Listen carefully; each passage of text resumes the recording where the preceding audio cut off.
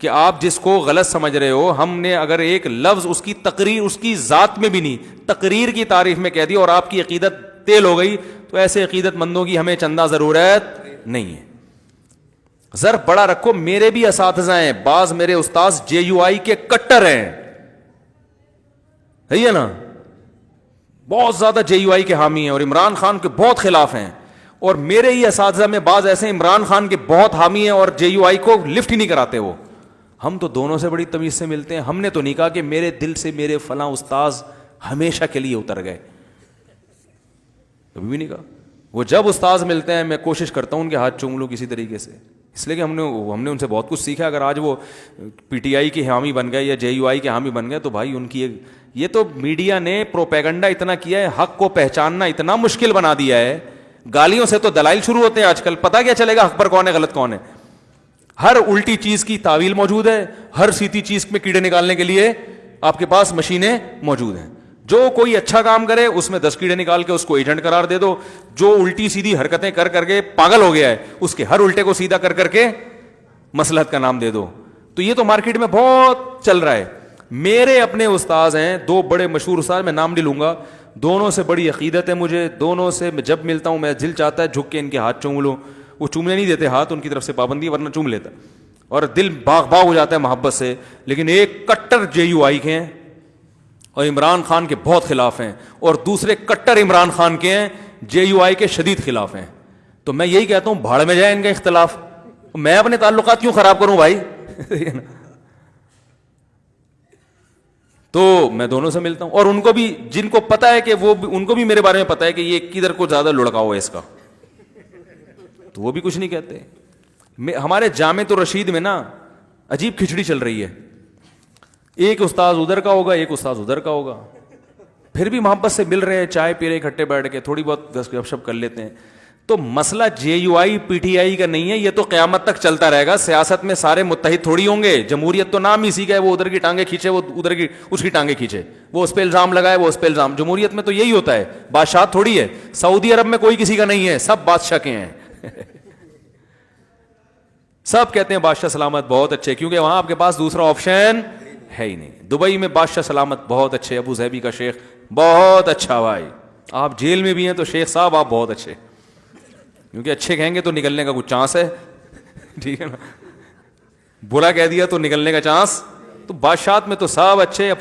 جمہوریت کا تو مطلب ہی یہی ہے کہ بھائی وہ ادھر ہے تو جو حکومت میں نہیں ہے وہ جو حکومت میں اس کی ٹانگیں کھینچے گا. وہ اب جب یہ والا حکومت میں آئے گا تو وہ والے کی ٹانگیں کھینچے گا. وہ ٹانگیں ایسے ہی تو وہ کرسی سے تھوڑی کھینچیں گے.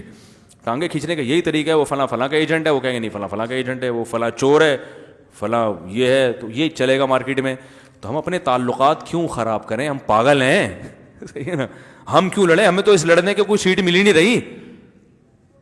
بھائی جن کو مل رہی ہے جو لڑائی میں ان کو کامیابی, ہمیں تو کچھ بھی نہیں. ہمیں تعلقات خراب ہو رہے ہیں, ہمارے تو 10 کام اٹکے. اب بتاؤ میں اگر یہاں جے یو آئی کو برا بلا کہوں اور دودھ میرے جے یو آئی والوں کے پاس سے آتا ہے, ایک مثال دے رہا ہوں, دودھ جو میں نے لگوایا وہ بندہ کس کا ہے؟ جے یو آئی کا. کچھ بھی ملا دے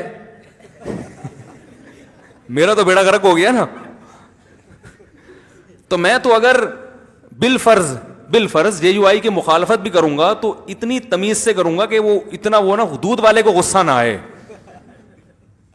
کیا خیال ہے؟ تھوڑا سا سافٹ کارنر. اور اگر میں پی ٹی آئی والے سے میرے چاول آ رہے ہیں, ایک مثال دے رہا ہوں, راشن کی دکان پی ٹی آئی والے کے پاس ہے یا پانی وہاں سے آ رہا ہے, تو میں پھر تھوڑا soft corner P T I کے لیے بھی رکھوں گا کہ یار اتنا نہیں جاؤ کہ وہ پانی میں کچھ ملا دے یا پانی مہنگا کر دے. ابھی تو تمیز سے گھر خود پہنچا کے چلا جاتا ہے. راشن والا میرے گھر خود راشن دے جاتا ہے, میں بل پے کر دیتا ہوں.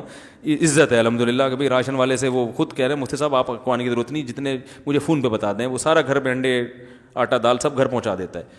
اور ٹماٹر والے سے تو میں نے دوستی کر لی ہے. اس دن میں گیا, میں نے کہا ٹماٹر کس طرح کہہ رہے ہیں 100 روپے پاؤ, یہ ریٹ چل رہا ہے نا, ابھی کچھ سستا ہوا ہے سنا ہے.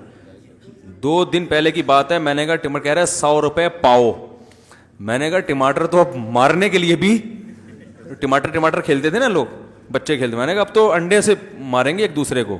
اتنا مہنگا ٹماٹر 100 روپے پاؤ. میں نے کہا کیا کر رہا ہے بھائی. لیکن پی ٹی آئی کو گالیاں نہیں دی میں نے. ایسے موقع پہ تو بنتا ہے نا یار, ٹماٹر 100 روپے کر رہے ہو, عمران خان کیا کر رہے ہو, کہ ممکن ہے یہ سبزی والا کس کا نکلے. ابھی تو 100 روپے کا 150 روپے کا دے ہوئے, تو نے عمران خان کو برا کیوں بولا؟ جتنا مرضی مہنگا ہو جائے میں اس کے سامنے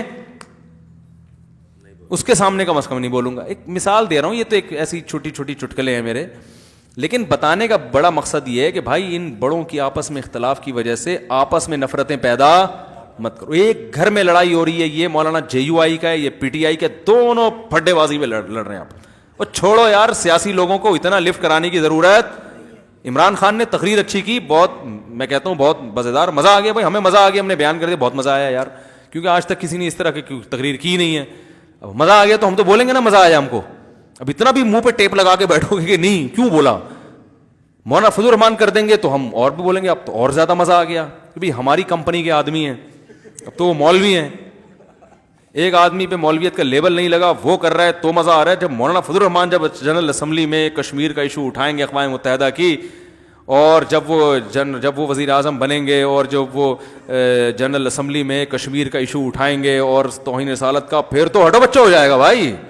پھر تو ہم ایسی تقریر کریں گے کہ آپ بھول جاؤ گے. کیا خیال ہے؟